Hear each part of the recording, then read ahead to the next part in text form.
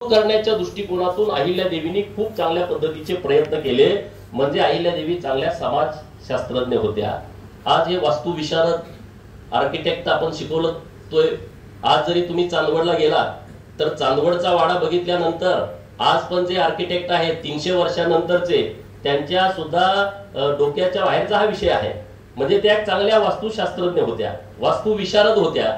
आज त्यांनी जी मंदिरं बांधली, जेजुरीच्या खंडोबाचं मंदिर जे होळकर घराण्याने बांधलंय, आज पण तुम्ही जाऊन बघा। आता तिथं सरकारच्या माध्यमातून डागडुजीचं काम सुरू आहे।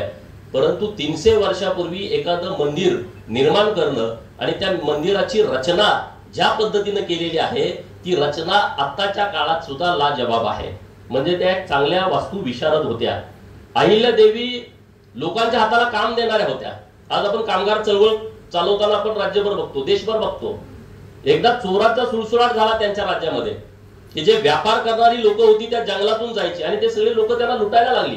ते व्यापारी सगळे अहिल्यादेवींच्याकडे आले, म्हणले आता आम्हाला व्यापार करणं शक्य नाही की आता हे सगळे आमच्या सगळ्या जाणाऱ्या येणाऱ्या व्यापाऱ्यांची लूट व्हायला लागली आहे, दरोडे पडायला लागले, तुम्ही याच्यावरती काहीतरी मार्ग काढा। अहिल्यादेवी इतक्या कल्पक होत्या, त्यांनी त्या सगळ्या लोकांचा बंदोबस्त करण्यासाठी त्यांनी त्यांची मुलगी मुक्ता, जो कुणी या चोरांचा बंदोबस्त करेल त्याच्याबरोबर मी माझ्या मुलीचं लग्न लावून देईन। एक महाराणी बोलतेय। आज मी तुमच्याशी बोलत असताना सुद्धा अनेक ठिकाणी अशी जर लग्न झाली इंटरकास्ट तर त्याला मारून टाकलं जातं। मागच्या 15-20 दिवसात महिन्यापूर्वी एक घटना महाराष्ट्रामध्ये घडली।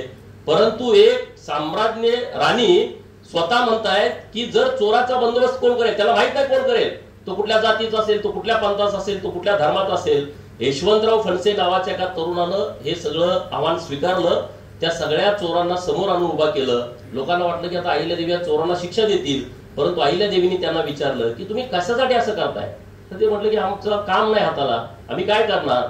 अहिल्यादेवींनी त्यांच्यावरती जबाबदारी टाकली की तुम्ही या व्यापाऱ्यांचं संरक्षण करायचं, या जंगलातून त्यांना ने-आण करायची आणि त्याच्यासाठी आम्ही तुम्हाला पगार देणार आणि त्यांच्या व्यापाऱ्यावरती टॅक्स बसवला। म्हणजे अहिल्यादेवी जे कामगारांच्यासाठी आता धोरण राबवलं जातंय, आता काम केलं जातंय, त्यांना तुरुंगात टाकलं असतं दुसऱ्या राजाने, पण त्यांनी त्यांच्यावरती जबाबदारी दिली की तुम्ही हे काम केलं पाहिजे। अहिल्यादेवी चांगल्या राज्यशास्त्रज्ञ होत्या। ज्या काळामध्ये महिलांना चूल आणि मूल घराबाहेर येण्याची कोणती व्यवस्था नव्हती, अशा काळामध्ये अहिल्यादेवी एक कुशल प्रशासक म्हणून जगाच्या समोर आल्या। इतक्या कुशल प्रशासक महिला म्हणून राज्यकर्त्या अखंड जगाच्या पाठीवरती नाहीत की ज्यांनी 28 वर्ष राज्यकारभार केला। जे राज्यशास्त्र आपण विद्यापीठामध्ये शिकतोय त्या राज्यशास्त्राचं मूळ या पुण्यश्लोक अहिल्यादेवी असतील असं माझं मत आहे। कारण तिथून पुढे सगळ्या जगामध्ये महिलांना काम करण्याची मोठ्या प्रमाणामध्ये संधी मिळाली। असे अनेक विषय अहिल्यादेवींच्या बाबतीत सांगण्यासारखे आहेत। आता मी जेव्हा माझ्या झरे गावातून सोलापूरला आलो तर वाटेमध्ये पंढरपूरला येताना 2 विहिरी लागतात। आता अहिल्यादेवींचं राजधानी कुठं, महेश्वर